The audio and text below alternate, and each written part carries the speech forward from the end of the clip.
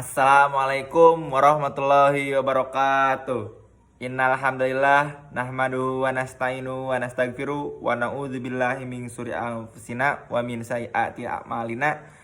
May yahdihillah fala mudhiyalah wa man yudlil fala hadiyalah. Asyhadu alla ilaha illallah wahdahu la syarikalah wa asyhadu anna Muhammadan abduhu wa rasuluh. Kaum muslimin, bertakwalah kepada Allah Subhanahu wa taala, bersyukurlah kepadanya yang telah menunjuki kita kepada Islam. Dengan Islam, kita menjadi umat yang terbaik yang ada di tengah manusia. Selama kita menjalankan perintahnya dan menjauhi segala larangannya. Agama Islam ini memiliki 5 pilar atau rukun. 1. Bersaksi bahwasanya tidak ada sembahan yang benar kecuali Allah dan Muhammad adalah utusan Allah. 2. Menegakkan sholat. 3. Menunaikan zakat. 4. Berpuasa di bulan Ramadan. Dan 5. Haji ke Baitullah bagi siapa yang menempuhnya. Inilah 5 rukun Islam yang harus dipegang teguh seorang muslim seumur hidupnya. Pertama, mengucap 2 kalimat syahadat.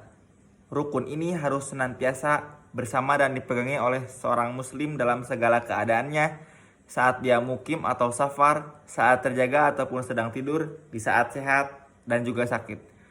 Dalam semua keadaan, tidak boleh seorang muslim terlepas dari 2 kalimat syahadat, yakni berupa keyakinan dan amal perbuatan. Ia harus berpegang dengannya secara zahir maupun batin. Kedua, melaksanakan sholat 5 waktu. Wajib bagi seorang muslim untuk menunaikan sholat fardu 5 kali dalam sehari. Ada yang dikerjakan di waktu siang dan ada pula yang dikerjakan di waktu malam. Bagi laki-laki dikerjakan di masjid, sholat ini akan menghapuskan dosa-dosa seorang muslim. Allah Subhanahu wa taala berfirman yang artinya, dan dirikanlah sembahyang itu pada kedua tepi siang, pagi dan petang, dan pada bagian permulaan daripada malam. Sesungguhnya perbuatan-perbuatan yang baik itu menghapuskan dosa, perbuatan-perbuatan yang buruk itulah peringatan bagi orang-orang yang ingat. Dan bersabarlah, karena sesungguhnya Allah tiada menyia-nyiakan pahala orang-orang yang berbuat kebaikan. Quran Surat Hud ayat 114-115. Nabi Muhammad SAW mengumpamakan sholat 5 waktu ini dengan sebuah sungai yang mengalir di depan rumah seseorang.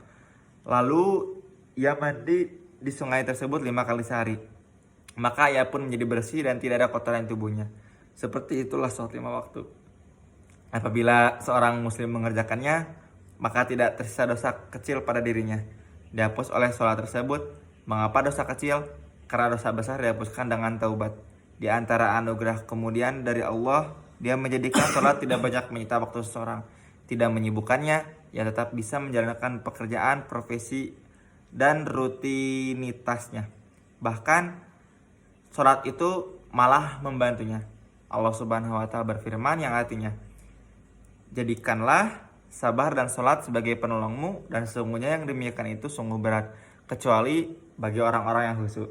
Quran Surat Al-Baqarah ayat 45. Sholat menolong seseorang muslim bukan malah menghalanginya menyebut rezeki, tidak menghalanginya menunaikan keperluannya. Sholat adalah penyuci dosa dan menolong seseorang dalam kesibukan rutinitasnya.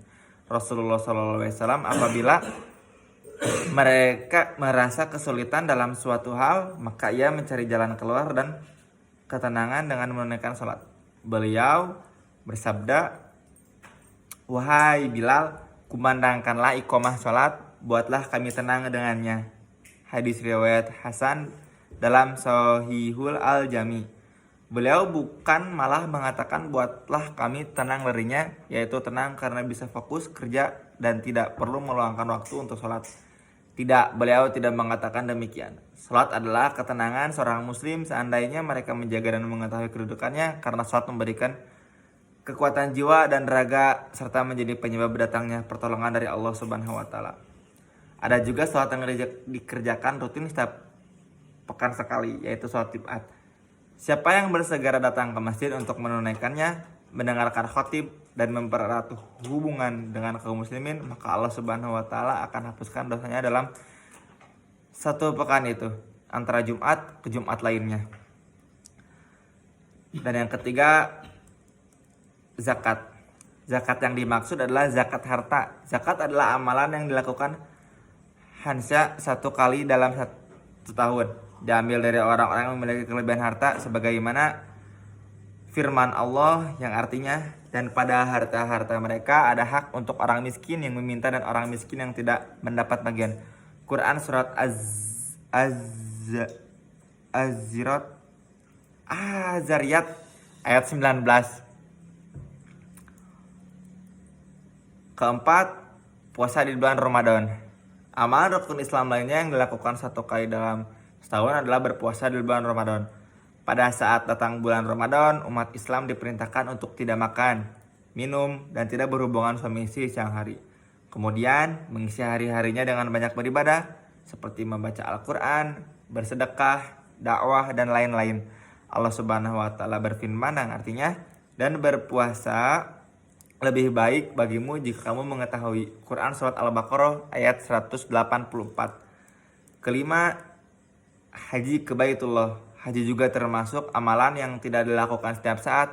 Ia diwajibkan 1 kali seumur hidup bagi orang yang mampu. Haji membutuhkan waktu untuk safar, butuh perbekalan, butuh akan situasi yang kondusif dan aman. Karena itu dengan hikmahnya, Allah Subhanahu wa Ta'ala menjadikan kewajiban haji juga umroh 1 kali dalam seumur hidup. Itu pun bagi yang mampu dari sisi harta, kesehatan, dan keamanan. Allah Subhanahu wa Ta'ala berfirman, musim haji, Allah Subhanahu wa Ta'ala berfirman yang artinya musim haji adalah beberapa bulan yang dimaklumi. Quran surat Al-Baqarah ayat 197. Bulan-bulan yang dimaksud adalah bulan Syawal, Zulqa'dah, dan 10 hari di bulan Zulhijjah.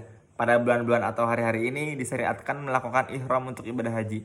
Adapun rukun haji, maka ditunaikan di hari Arafah, hari Idul Adha, dan hari Tasyrik.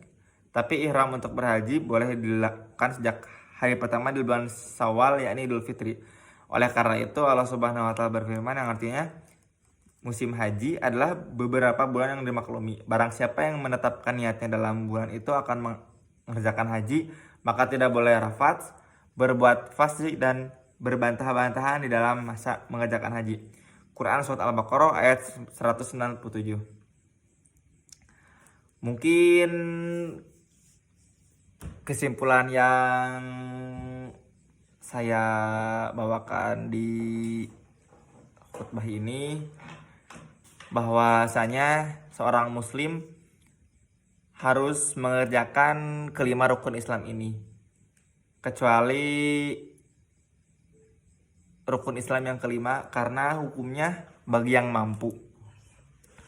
Mungkin cukup sekian khutbah yang saya bawakan. Mohon maaf bila ada kesalahan, karena kesalahannya datangnya dari saya dan kebenaran datangnya hanya dari Allah Subhanahu wa Ta'ala. Cukup sekian dari saya, wabillahi taufiq wal hidayah. Wassalamualaikum warahmatullahi wabarakatuh.